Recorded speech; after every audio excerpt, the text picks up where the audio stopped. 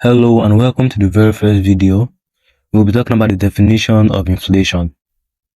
Now, as Nigerians, we see inflation all around us, from news outlets like our TVs to blogs and newsletters.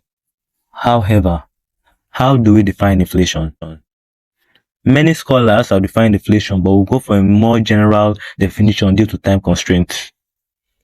It refers to the rate at which the general level of prices for various goods and services in an economy rises over time. As a result, the purchasing power of a country's currency declines. Now, in simpler terms, money loses value because it doesn't buy as much as it used to before. The things you could buy with 1,000 naira in Nigeria in 2016 cannot be compared to today. You see, there are two things to take note of in this definition, right? We have general level of price and we have rising over time. You see, inflation is often described as a sustained upward trend in the general level of prices, not just the price of one or two goods. You see, that's one definition of inflation. And it focuses on the fact that, basically, if the price of rice and tomatoes were to increase today, that is not inflation. However, if you were to go to different stores selling different goods and services, each of them saying that the price has increased, then you see that that is inflation. See, inflation is a topic in macroeconomics, not micro. So the entire economy feels inflation. You see, the second thing to take note of is the fact that inflation rises over time. You see, G. Hackley described inflation as a persistent and appreciable rise in the general level or average of prices. So essentially, inflation is about rising price levels, not just high prices.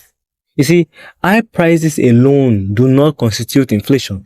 It is the continuous increase in the price level that does. Welcome back to the second lesson. In our last lesson, we defined what inflation is. However, in this lesson, we'll be going to different causes and types of inflation that affect our economy. The first cause that I would like us to consider would be demand pull inflation. It's a very popular one, and to define it, it would be demand pull inflation happens when aggregate demand exceeds the available supply of goods and services, causing prices to rise. Basically, when the aggregate demand is greater than the national output in a country, or the available supply of goods and services in a country, the prices of those goods and services will obviously increase. This can be due to lack of proper production measures or a drastic increase in total spending. The second one is cost push inflation. Cost push inflation arises when the cost of production increases, therefore leading to higher prices for goods and services. Now, imagine if the prices of wood were to increase. Somebody that produces pencil would obviously face higher cost of production, right? So now that producer would need to increase the prices of the pencil that he sells, obviously to make up for his loss. All of you are in business administration, you know what break even means, right? For him to make up for his losses, or for him to make profit, he has to sell at a higher price than his cost. Another thing to take notice of is that cost push inflation is usually caused by an increase in the cost of raw materials and an increase in minimum wage.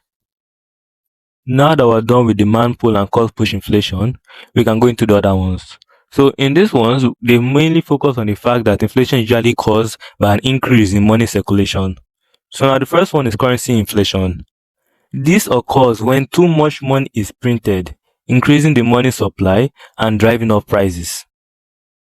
Now, you might think currency inflation is not necessarily possible, right? But imagine this.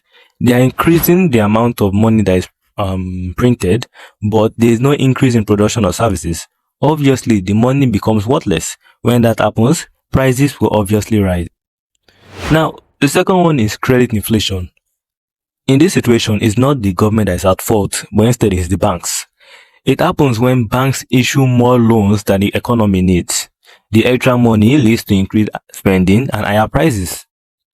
After all, you need to remember that commercial banks are private-owned organizations. They are looking for profit, so they can issue as many loans as they want, depending on the law of the country.